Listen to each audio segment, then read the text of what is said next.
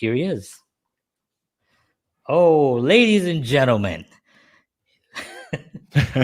Mr. Olympia is here. Please welcome to the show, Lee Haney. Hey, hello. All right. Oh man, can't believe it. Thank you so much for being here. It's such an honor. You're a little in the dark there. I don't know if you can get some light. Yeah, let me see. You. I'm dark, and then it's dark. It's a lot of darkness going on here. Let me see if I can work on this.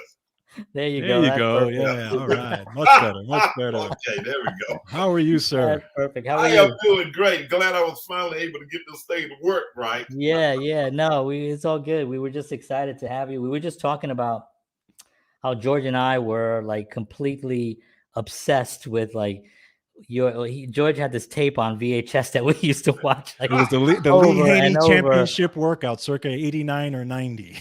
Yeah. Oh yeah, man, those were the days. Yeah. And what we loved the most, and we were just talking about that as well, was not only that you were talking about fitness and the actual regiments and all that, but you were also really motivating about what it actually meant to be disciplined, and that really, we took that really to heart. And to this day, George is a nutrition specialist. And I try to stay fit. I work out, but you really inspired us for that. So personally, I just want to thank you from both of us for that. Absolutely. Well, thank you for having me on. It's a real pleasure. I really feel honored to be able to share my experiences, my knowledge, my wisdom, particularly in trying to pass it on to the next generation. That's right. And trying to help those of us who are right in the midst of the game right now on ways to help manage our age, Right. My son teased me about being the incredible shrinking man now. Oh, no. Which that's a terrible insult. I said, well, it's better to have been to never have been, Absolutely. Right. That's the thing about kids, they're great, but then they grow up and start saying things. I got two of them myself. George has a daughter as well. Yeah. So we're going to ask a couple of questions. I'm going to let George start off, and we'll.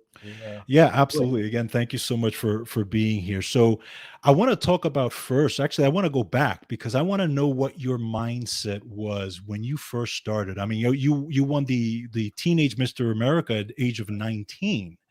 So tell us, first of all, how that journey started for you and the mindset that you had at that time. Well, I tell you what, man, I fell in love with bodybuilding and weightlifting as a youngster. I think every kid grew up wanted to be a Superman or Hercules. Right. And that's what I had in mind. Matter of fact, my arms were so skinny that I was embarrassed to wear a short sleeve shirt. And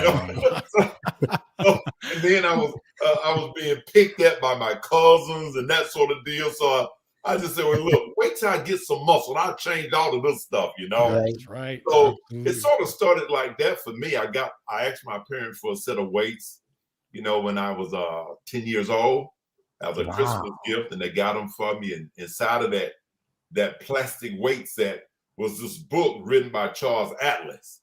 Everybody knew of Charles Atlas back then. So that was my training manual, my Bible, so to speak, of how to train the various body parts. And then I would read everything I could get my hands on as it relates to nutrition. And, growing up in the country, nutrition was pinto beans and black eyed peas, your breast and a tuna fish sandwich, There was no such thing as protein.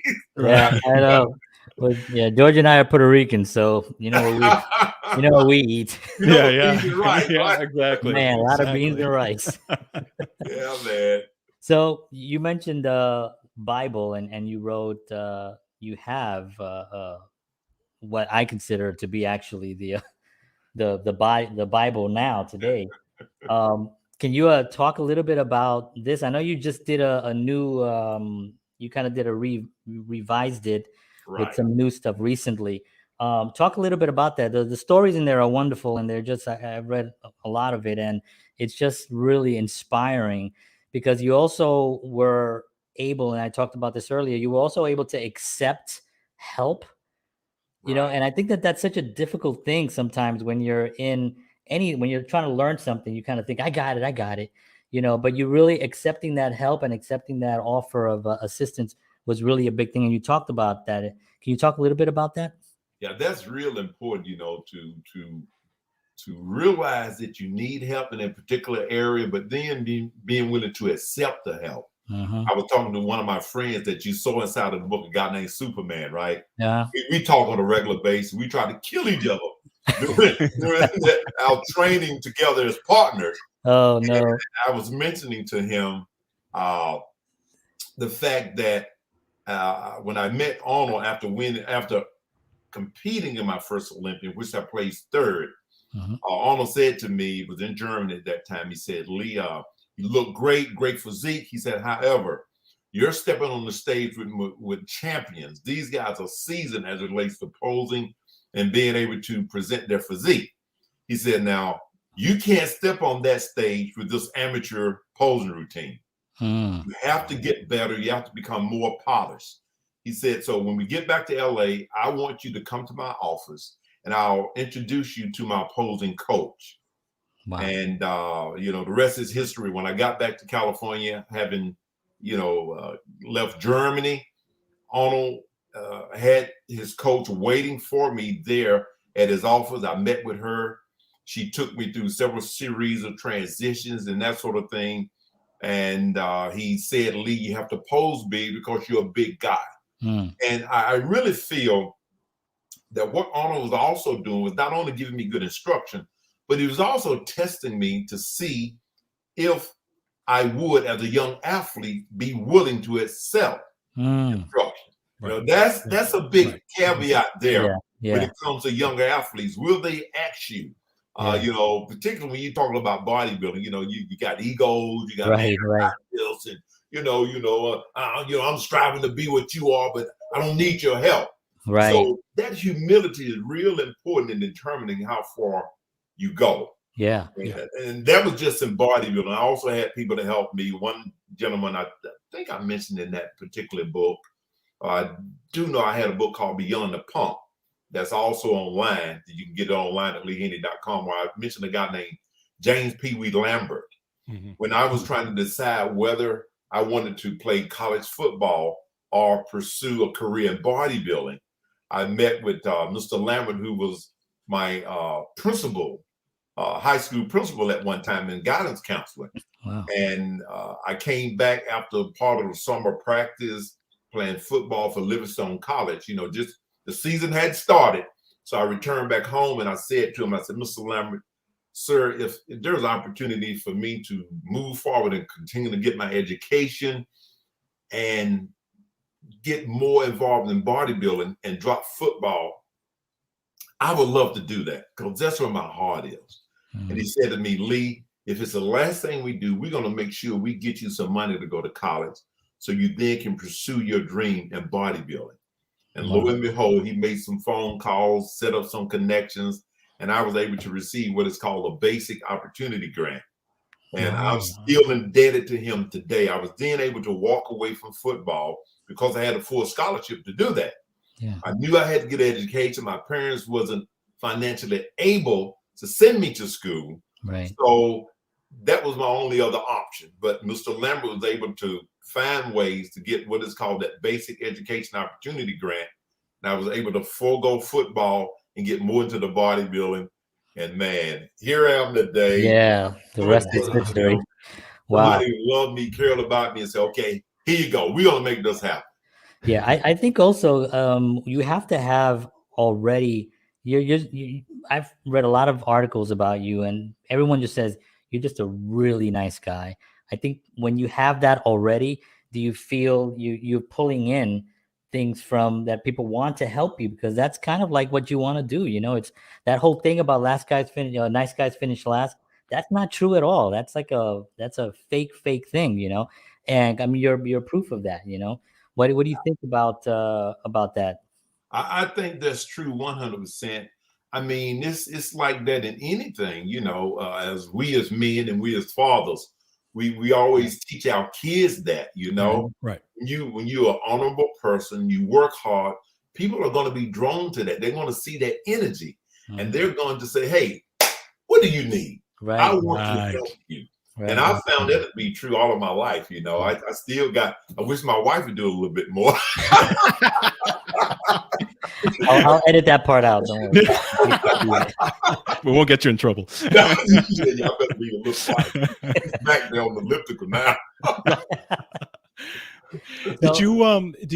Did you have a good support system at that time? Was your family supportive of what you were doing?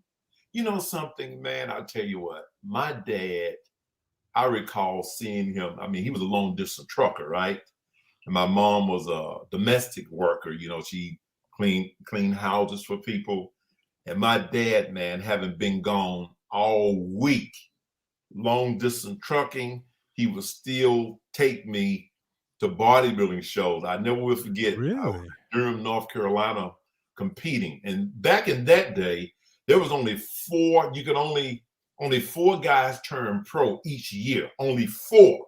Huh. But by now, it's so many pros out there now. I can't even name all of them. Yeah, right. But I recall as I was entering the amateur show, my dad had drove probably 6-7 hours to Durham, North Carolina, from Spartanburg, South Carolina, to take me to the show. And during that time, you had bodybuilding and powerlifting mixed together with the AAU.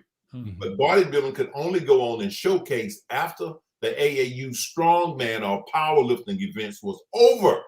Oh. So sometimes you would walk out on the stage to do your performance at 12 o'clock at night. I mean, you're burnt. And I never will forget looking back and seeing my dad in the stand. I mean, he was just so tired. He was nodding and trying to stay awake. Wow. And man, but that meant so much to me. I look back on it now, and you know, he did what he had to do with it for his son. And my mom was there supporting me all the way. It was just an incredible thing. And I was able to play it forward. I helped my dad get him his own tractor trailer truck, you know. Nice. And so all of those things, I was able to say thank you to my parents for being there for me. Wow. That's so amazing. And now you're actually training others, and you're in their lives. Is it harder to train people for like lifting or for nutrition? Because it seems like nutrition, it seems like to be really a kind of a difficult thing with, like, you know, Entenmann's cakes and stuff like that. that's my that nutrition is a tough nut to crack. Yeah. You know, and I'm always preaching nutrition. You know, you are what you eat. Right. You know, and how much you eat and when you eat it. All of those things are connected together. You know, nutrition is pretty much about, I'd say 70% of reaching your goals. Right. You know, putting together a training system is real easy. You know, and having a person to follow it is easy. But that nutritional part, you know, when those hunger demons sneak into the house at 11 o'clock at night, they start to sit on your shoulder and talk you into things that you really should be talked into. Only one cookie, just one cookie. Yeah. Have to go away. Like, just one, right? Just one cookie. Just one, it won't hurt, you know. My wife is my little demon that sits on my shoulder. Oh, a little ice cream not gonna hurt you. Oh, have a little bit. All right. I don't like it to be mistold. Oh no, that's so funny. No. So Ronnie Coleman, who's a buddy of yours, actually, he said of Lee Haney, he said he is the greatest bodybuilder of all time by far. And this is a gentleman who actually shares the record with you. Right. Okay. So, you know, one of the things that I think that you probably did, in my opinion, better than anyone, was that when you did your trainings, you know, even at that time, even watching those tapes, it wasn't just about the physique. It wasn't just about the Mr. Olympias. It wasn't just about the workout. It was just a life philosophy. And you were great at saying, helping people with setting goals, achieving goals, and saying you guys could do whatever you want. It doesn't have to be Mr. Olympia. It could be whatever it is that you want to. So where did that mindset come from? Did you always have that mindset, or did that develop over time? Well, you know what? Strange thing, you know, when you look at people that have achieved a certain level of success in any profession, the one thing they have in common is a mindset that allows them to push beyond barriers. allows them to feed or to be a wellspring of positivity. Mm-hmm. You know, we never get into the negativity of things. We never allow that mindset has never been a part of my psyche. It's always been, yes, I can, yes, I will, I'll find a way. Okay, maybe it's not now, but guess what? I'll be patient and eventually it will happen. Right. You know, so I really feel that is the biggest thing that pushes people that are that's over and beyond, that become successful. The mindset is different. You know, one of the people that I love looking at, several of them, I like the mindset of Muhammad Ali. He would tell a guy, okay, you're going down in the 5th round. And guess what? Right. The guy goes down in the 5th round. That's right. You know, he said in the minute. You know, you look at Arnold, you know, the charisma. When he hit the stage, he's like, he had this presence. Yeah. And this presence is something you're born with. You know, Bill Clinton, when I served as the chairman to the president on council on fitness, he walked into the room and you just felt this energy that was so unique. It's just certain people got this thing. Yeah. And a doubtful mind, of a doubtful psyche is not a part of their makeup. Yeah. You never see a guy with, you know, getting his Mr. Olympia award going, gee, I didn't think I could do it, but I'm glad I did. You know, I mean, it's not, you know, you rarely see that. I said it as you saw it, Jordan, in the video. One of the things I say, there's nothing wrong with having a healthy ego. Right, exactly. That's why they're shepherds. I want to be the shepherd. Of course, yeah. Now, do you find it, because you have a lot of support system, which is always good, but at the end of the day, it's really you against yourself and gravity, right? You know, it's like, that part of it is that mindset that you're talking about, right? Because if you don't have that, it doesn't matter who's out there supporting you, you just can't get there. You can't get there. You know, one of the things that I warn athletes about, because I always get a lot of athletes when I go to some of the events and say, well, Mr. Haney, what do you think about my potential? You know, do you think, you know, what do you think? I said, listen, never ask anybody what they think about you. You have to think about yourself. How do you feel about your own potential personally? You have to feel that. I said, if I'm a knucklehead, I can say to you, you know what? You don't stand a chance. You're not going to be anything. Forget about it. Right. And guess what? And if you're weak in the head, you will take that to heart. Right. And it could be the very thing that just put your fire out. I recall as a youngster working at a grocery store. I was 19 years old, preparing for the Teenage America show.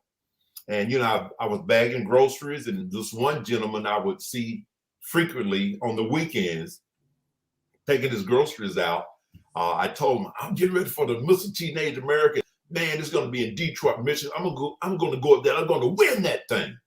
And he said to me, he said, well, you know, you got to remember, you're from a little town called Spartanburg, South Carolina. And then you got these other young men from California and New York, from these big cities. So I just want you to be mindful of that. I wouldn't want to see you get your feelings hurt. Yeah. Wow. Totally different than what I expected to hear. Right. But listen, when he said that to me, I thought he had lost his ever-loving mind. Good. Because I remember my dad telling me, son, men put their pants on one leg at a time. No different than you do. And my mom would always say to me, son, you put the Lord first in your life, it'll take you around the world. Nobody's better than you. Whatever you do, you give your very best. I was raised up. Right. You had that. With that mindset, and people that love me and that I respected feeding me that constantly. And so when this gentleman said that, it just rolled right down my shoulder. It had no effect other than I thought he had lost his mind. Right. You know, but guess what? A few weeks later, here I am. I brought this 4-foot tall Teenage America trophy to the store, set it in the window, and he saw it. There you go. And said, you know what? You believed in yourself. You believed in yourself. So it blew his mind. Good. I said, yes, sir, I did. It's an educating moment, even for him. That's it. You So learn you always. never ask anybody permission Right. concerning your greatness, or you're willing to be all that you can be or do all that you can do. It's nobody's permission. It's always you against you. I always tell the young competitors, look, you have to compete against yourself. Never put a picture up of somebody else and say, well, I got to be better than that person. No, you be better than the person that you're looking at in the mirror. Exactly. That's right. And gravity in New York is the same as gravity in North Carolina. What is? There you what go. Talking about? There you go. I've been going to California. I've never here in California. You know, country boy from Spartanburg, South Carolina, to California. They said to me, you talk funny. You got a weird accent. I said, I don't have the accent. You don't have the accent. You don't know what the accent. You're the one who got the problem. Oh, wow. So looking at the Olympias, obviously, you know, you win all these Olympias, and towards the end of the run there, then you meet a gentleman named Dorian Yates, right? And now he's huge, right? And mass becomes this big thing now in bodybuilding. And I guess they changed the criteria from that point, right, to a more massive look. How, you know, first of all, do you think that if that wouldn't have happened, do you think you could have won another one? I really believe I had, because when I looked at Dorian's physique, one thing that he didn't have the finish and the polish to his physique. Right. The muscle maturity comes over time. Some people get it faster than others. You know, for instance, when Albert was 56 when he played second to me at the Mr. Olympia in Belgium. Wow. And here I am, 25 years old, and his skin was so thin, you could see every fiber, every feather of muscle moving. I never reached that level of maturity because I had retired by the time I was 31. Mm-hmm. And Albert was on stage with me when I was 25 and he was 56. So that comes over time. Dorian had not developed that. Right. You know, people say, well, Lee, you know, did you stop because of Dorian? Of course I didn't. No. Dorian was the least of threat to me. Right. Because what bodybuilding was saying that it wanted to be at that particular point in time, it wanted to look like Arnold. It wanted to look like Robbie Robinson. It wanted to look like Frank Zane. Right. And I knew if I could develop a physique that could look like a combination of the three, along with the presentation, who's going to beat that? And for 8 years in a row, nobody beat it. You know, and so with the last competition with Dorian, that was my last set and my best set.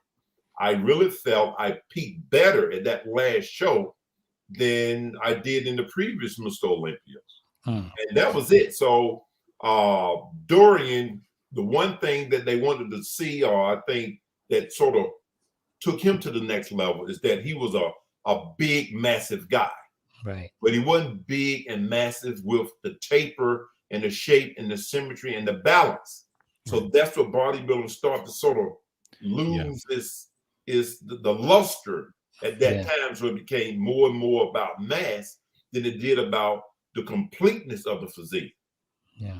Dorian, I think that year, 1991, he came back the next year 20 pounds heavier, or maybe 15 to 20 pounds heavier. But from 1984 to 1991, I had only gained a total of 11 pounds. Oh, wow. A total of 11 pounds to 1984 to 1991, because I wanted to make sure that every ounce of what I added to my physique kept my waist small, and it was all in the right place with muscle maturity and good separation. That's what was demanded during Arnold and Frank Zane and Robbie Robinson's day. Yeah. That's what they said they wanted me to look like. That's what I looked like. Dorian was a whole nother deal. And as a result of that, bodybuilding just sort of went all over the place. Mm-hmm. Yeah. But it's trying to make its way back. They've recently started another category called the classic physique. Well, that's where bodybuilding was during my era. It was the original. Yeah. It should be called the original physique. The original. Yeah, exactly. Well, this is what we're talking about here. I mean, that's like amazing. You know, and I got some. Look at that. Incredible. amazing. Just like, wow. We had all the magazines, we had the poster in our little gym in the basement. Yeah. Yes, we did. Yes, we did. That's what, So you talk about the differences, what's happening now. Do you see any danger to some of these guys that, I mean, I mean, I've seen some pictures of guys that it doesn't look like, it looks big. It looks like they're going to be in a Marvel movie without any prosthetics or any CGI. I think you're muted there, Dor. Lee. Okay. There you go. There you go. There you go. Okay.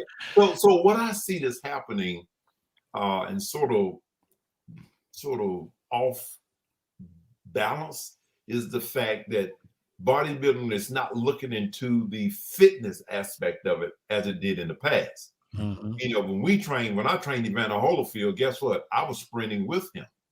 Right. Arnold ran, Franco ran, all of us, and the whole concept of Muscle and Fitness and Muscle Builder and Flex Magazine under the tutelage of Joe Weider was about fitness of the whole person. Right. Yeah. So now you're talking, and again, we're talking bodybuilding at the level of which it is now. It's all about getting big, which is not a good thing. As we know, Chihuahuas always live longer than Rottweilers. That's true. Yeah. That's a fact. That's true. True, and so when you're talking about that type of internal stress on the heart, the kidney, the liver, the organs, it's a combination of something bad that would happen eventually.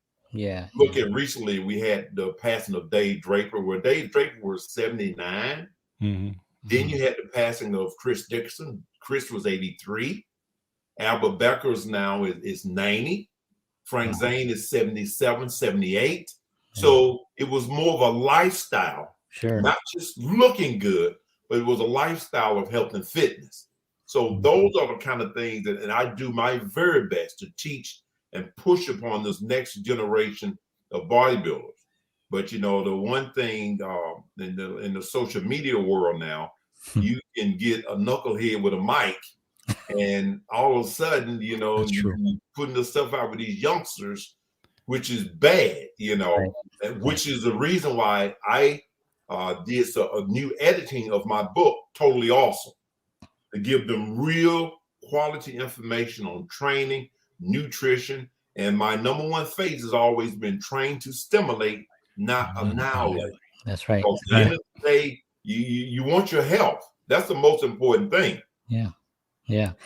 We were just gonna. I think George wanted to quote that. Well, actually, yeah, that was one of the things John and I were talking about that before, about that phrase, and that phrase always stuck with me as well. Yeah. Even when John and I were working out, and I think it's similar to what you said. I think nowadays it's sometimes it gets lost with the younger guys because they're so focused on mass, and you want to train smart, but it's very easy to get injured when you're trying to overdo it, trying to bulk up so much, right? So are there, what kind of principles do you teach when it comes to somebody training safely? Well, number one, it's got to be proper form and technique. And the fact that it doesn't take a lot to stimulate muscle growth. It doesn't. It's pretty easy to do. Right. Let's say, for instance, when I trained Evander Holyfield, we took Evander from 192 to 215 pounds in a span of 6 to 7 weeks. He didn't get slower. He got bigger. He got stronger. Right. We used what was called ballistic training and plyos, which stimulate fast, quick fiber development, which is muscle size, right, but at the same time, speed with the muscle size being added together. But the most important deal was, guess what? We made sure he was eating constantly and getting naps. So his body would promote more and more natural growth hormone. That is the sticker there. Yeah. Rest, food, and the right type of training. You don't have to lift 8 million pounds in order to get a response of muscle growth. When using ballistic training, if you know exactly how to do that, you can get that without tearing your joints apart. Right. That's what I achieve. And that's one of the things that I teach in my certification organization Yeah. to teach them how to stimulate fast twitch fiber, which is muscle size, without engineered joints. And here I am at the age of 62. I have no joint problems whatsoever. Yeah. Amazing. God bless. Yeah. And do you think also, because social media, when I went on Instagram, I typed in Lee Haney, and there were like a gazillion really big, social media kind of makes you almost like a celebrity in your own mind in a way. And these guys really play to the social media as opposed to for themselves. They're working out for this, whatever this thing that they enjoy doing. Are you missed the social media part? I mean, you're on it now, but is it something that you think would have it hurt the industry? I think well, as far as marketing, it has helped a lot. It just gives me a second win, right? Because now I have young athletes coming up at my booth at the Mr. Olympia competition and so forth. Mm-hmm. Hey, Mr. Haney, I love that physique, that classic look. Wow, man, how can I get that? Which is a fantastic thing. Right. But then it also opened the door to a bunch of knuckleheads out there that's cussing and spearing all in the air. And kids say, man, he cursed. That's got to be a great workout. He's got to know it because he said a few foul words. All of a sudden, he know what he's talking about. So in that respect, a little bit negative. Right. Because when I came up, you had Iron Man magazine, you had Muscle Training Illustrated, you had Muscle Development, you had Muscle and Fitness, and you had Strength and Health magazines. Mm-hmm. And all of these publications emphasized the importance of education, proper training. That's right. Technique, basic supplementation. So that's really how we got educated during that era. Yeah. Yeah. And I remember those magazines. I think Flex was one of them. I don't know if Flex came later where it maybe started the that phase of the larger. Yeah, it came later. Flex came later. Right. Yeah. Yeah. I have a question here. Somebody asked the question. Matt Briggs is asking, will Classic take over open bodybuilding? That's a good question, Matt. And one of the things I want to see you guys in Classic. It is Classic bodybuilding. That's what it is. They just call it Classic physique. Right. I want to see the guys in that category receive more of the cash prizes as far as money is concerned, because they should be rewarded for keeping bodybuilding beautiful. And the artistry of the posing routines is totally different. I really enjoy Classic bodybuilding. It is a beautiful thing to see. Yeah. I think as far as the general population is, it is already taken over. Yeah. I think, Matt, you prefer that more so than you would a bobblehead standing on stage. I call it like I see it. Well, maybe we could have just stuff everywhere. Yeah. The symmetry, the balance, the beauty of it. Listen, when I saw Arnold for the first time, I was at the first Mr. Olympia show in Columbus, Ohio, and I saw him. He was wearing this long sleeve shirt. He looked cool. The shirt fit well. It tapered on him. He looked like an athletic guy coming down the aisle. He looked awesome. That's what people like. That's what allowed them to want to fall in love with bodybuilding. Right. Everybody lifts weights now. Doctors, lawyers, judges, everybody lifts weights because of what they saw in bodybuilding. Yeah. But nobody wants to look like, even the younger bodybuilders, they don't want to look like what they're seeing now on the stage, because it's just so far out there. But the cool thing about it, there's so many categories now. For men's, you have the physique division. There's the guys that have the beach look, the longer shorts. Now you got classic physique, which is where we are now as far as the guys that are really making a huge headway in the sport. Then you have the bodybuilding. Now, I'll say this. One of the best physiques out there now, which is a touch of classic and a touch of bodybuilding, sort of a combo, is Brandon Curry. Okay, yeah. Brandon won the Mr. Olympia a while back. Right. And And so, but he still, he plays second this year. I think just a little bit more polishing, he will recapture the Mr. Olympia title. And it'll put bodybuilding back to where it needs to be. And, Sean Roden, we lost Sean last year. Sean was beautiful. Yeah. He was a breath of fresh air, putting bodybuilding back to what it needs to look like. Yeah. Symmetry, balance, all of those things is what we look. Now you have big Ramy. Ramy is an incredible athlete. He is huge. Huge, yeah, he's a freak. What I see in Ramy, his thighs has overpowered his calves. Right. In my day, you couldn't look like that and win a Mr. Olympia. I think the quest for too much mass and too much, the outcry for too much all for mass is allowed him to sort of slip through. Yeah. Not taking anything away from him. He's an incredible athlete. Yeah. I thought he fell short this year at the Mr. Olympia. But when you're Mr. Olympia, you got to knock him out cold in order to upseat him. And Brandon didn't quite do that. Shape-wise, he's the best up there. Yeah. But we need just a little bit more muscle separation. And once he have that, he'll rule and reign. They need to bring back Mr. Olympia, right, to what it was, and then create Mr. Bobblehead. And then, and then a toy, everyone's happy. I'm going to take a couple more questions here. Matt had another question, which I'm going to give him he had a good question there. So Matt says, what are your thoughts on intermittent fasting, keto, vegan, extra versus traditional bodybuilding, eating every 2 to 3 hours, etc.? Well, that's a lot. Fasting, that's a lot. Fasting, I think we call it sort of cardio fasting, which weight training is a form of cardio. If your goal is, okay, I want to drop some body fat, then guess what? You grab your workout in the morning, or you do elliptical, tread, whatever in the morning, and then you have a meal later. So thereby your body's feeding on the stored fuel from the night before. Right. So that way, you're able to drop body fat a lot better in doing that. I'm not saying starving yourself, but let's get the workout in.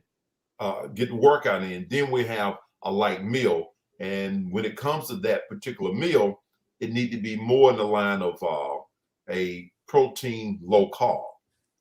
Let's say if you're going to do a sweet potato and maybe 5 egg whites and maybe 2 whole eggs. There you go. So you got your fiber and you got your protein there. You got the beta carotene for cellular health, all of that. Plenty of good water. And then you have your other meals. And I feel you really should cater your meals surrounding your level of activity. Everything's connected to everything. You shouldn't take in more than you're willing to burn off, particularly if your goal is, okay, I want to get in good shape and drop body fat. If your goal is, listen, I need to add more size, and guess what? You want to take in more than you're burning off. Right. Okay. Right. So I explained it in my book, TotaLee Awesome. Yeah. So and you can get that on Amazon right now. Yeah, Amazon, or you can go to LeeHaney.com. I'll sign it there and get it back to you. Yeah. Oh wow. Fantastic. Awesome. That's awesome. So keto is really, I'm not, you got to be careful with keto. It's I agree. This diet. Right. They telling people, young lady I was talking to the other day, she said, well, I'm doing the Atkins. I said, okay, now, let me ask you, are they telling you can eat cheese and steak? Yes. I said, you cannot eat cheese and steak. Take the cholesterol out of the skillet. Right. You don't do that. Right. I said, a lot of what you see, they stole from bodybuilding and trying to use it on the general population when they really don't know how to use it. Right. If you want to go with keto, you should go by way of chicken or fish or a ground turkey. And you use your fiber, your green beans, so forth, and you still have to have a small amount of carbohydrates, because carbohydrates drive the energy in the body. Mm-hmm. Could be a bit of sweet potato, could be a pear, could be an apple. You don't want to overdo carbohydrates because it's an energy food. If you're not putting out a lot physically, you shouldn't be taking in a lot in the way of carbohydrates. And you got to make sure your proteins are clean, low in fat. Then you got to keep the fiber high, drinking plenty of water. Then the weight to steadily come off. But a keto or Atkins, no. Let's go with a protein and a low carb diet. Low carb, when I say low carb, you should never go, it should stay rough around 50 grams of carb. Don't go below 50 grams of carb a day. Now, I'm saying that's pretty much for the average female. The male, rough around 100 grams of carb a day. Because in this era, we, as a typewriter, we're on the telephone, we're driving the car. Right. We're not now UPS worker, that's a whole nother deal. Right. All the young ladies getting up and down in the truck. Right. They gotta have some carbs to fuel their body for the activity level. Right. Yeah. So that changes, and I talk about that in the book. That's why it's important for each individual person to get a plan and to be checked out, because you can't just buy a book and be like, I'm going to do what this book says. But that book may be for, you may be able to use the book, but it's got to apply to where you are and what your activity is, how you live your life and all that stuff. You'll make a great trainer, John. Maybe I could be. I think I have a chance at Mr. Bobblehead. I tell you that much. Hey, Lee, I wanted to ask you. What I thought it was kind of an inspiring story. What do you think of Kevin Levrone when he came back in his 50s and competed? Oh man, Kevin, that was off the chain, man. Right? Great. Yeah, amazing. Man, he totally blew me away with his condition and everything, because the deal is he knew the way back. Yeah. Right. So you be there, you know the way back. Yeah. And I thought he did an incredible job. His placing, it's amazing when you look at the new group of athletes coming up. It's really their time.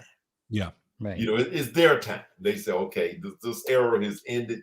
Now this new era begins. But that wasn't Kevin's only reason for competing, to try to knock out the young guys. It was just to satisfy a desire that he had. Yeah. And the other thing too is marketing. Kevin is incredible when it comes to marketing. He has his own product line, all the different things that he's doing. And guess what? Whenever you do that draws a lot of attention. Oh yeah. So that's the name of the game, because at the end of the day, you can't eat trophies. I don't care how many you got. Right. You have to colonize this hard work and sacrifice. Right. You gotta make some moolah with this, Right. And it's an inspiring story. And I think that also, when people are inspired, they're also more likely to buy from someone that inspired them. That's right. So that's a cool, awesome. George. Yeah. So another thing I wanted to ask you, just on the nutrition side, because I know you talked a lot about the carbohydrates. A lot of the younger guys now are using these powders and these whey powders. Even John and I back in the day used some of these powders. Do you prefer the protein to be the actual food, or what do you think about the powders? I used to mix mine with Nestle's Quick, but I thought it would it would be a good balance. Oh yeah. One thing about it, when you're younger, okay, that's cool, because you got all this activity going on. Right, exactly. Your growth hormone levels out of the roof, your T levels is out of the roof. You're gonna burn whatever you put in your body. Even That's true. That's true. A bucket of donuts a day, you're gonna burn it off. But as far as powders are concerned, I use them sparingly. I would have a protein shake once in a blue moon. Okay. I relied heavily on food. Chicken, fish, eggs. Those are my favorite. I never got into doing red meats, because it take over 48 hours for red meat to digest. Yeah, right. Exactly. So I was always careful about that. Free-form amino acids, I used that in my training. The things like the arginine, ornithine, lysine, I use that to help jumpstart and boost the body's ability to produce more natural growth hormone. So I would do that. But for the most part, it was always solids. And I would use a protein supplement as just something extra. Okay. If I'm going to be doing 250 grams of protein a day, that shake it wouldn't even be considered as part of that makeup. Just something extra. Okay. Makes sense. So we're approaching an hour. I can't believe it. Hour, baby. That's it. Right. That's it. We want to thank you so much for being on. Before we let you go, George and I kind of started this because we wanted to, a couple of things. I don't know if you remember, but we actually competed against you a very, very long time ago. You probably don't even remember this. Oh, man. Y'all the cat that tried to throw a banana peel on the stage when I was walking out there. You know, we decided to walk away because after seeing you, we just, you know. There was no competition. We said, we're done. I destroyed the lives of a lot of people, you know. But George and I started this show because we wanted to entertain, we wanted to inspire, especially during the lockdowns the last couple of years. It's been really tough.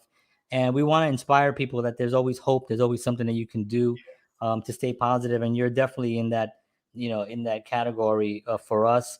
What advice do you have to our audience, during this time and during, trying to get through all this craziness?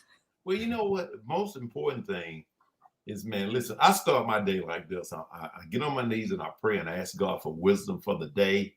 And I ask him to guard over my mind and my heart and to put me in a place whereby I can have a positive impact on the lives of people. I was with my wife earlier today. I got this a message, and this young man said, "Mr. Haney, I want to thank you for